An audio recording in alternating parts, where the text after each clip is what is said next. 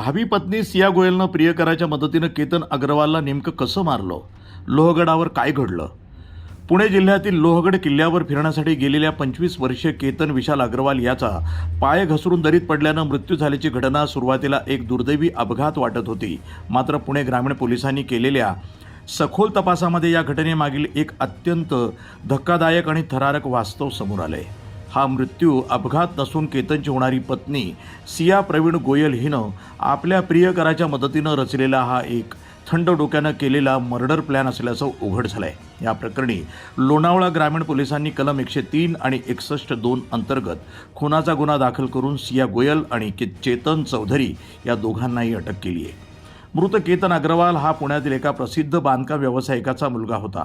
परदेशातून उच्च शिक्षण पूर्ण करून तो नुकताच वडिलांच्या व्यवसायामध्ये रुजू झाला होता. 19 फेब्रुवारी रोजी सिया गोयल हिच्यासोबत त्याचा साखरपुडा झाला होता आणि नोव्हेंबर महिन्यामध्ये त्याचा विवाह जयपूरमधील एका भव्य पॅलेसमध्ये पार पडणार होता. या शाही विवाहासाठी 17 कोटी रुपये खर्च करण्यात येणार असून VIP पाहुण्यांसाठी 2 खासगी विमानंही बुक करण्यात आली होती, अशी माहिती समोर आली होती. मात्र केतनचे वडील विशाल अग्रवाल यांनी लग्नाचे ठिकाण अद्याप ठरलं नसल्याचं सांगत विमानं आणि पॅलेसच्या काही गोष्टी काल्पनिक असल्याचं नमूद केलंय. अधिक तपास लोणावळा पोलीस करत आहेत.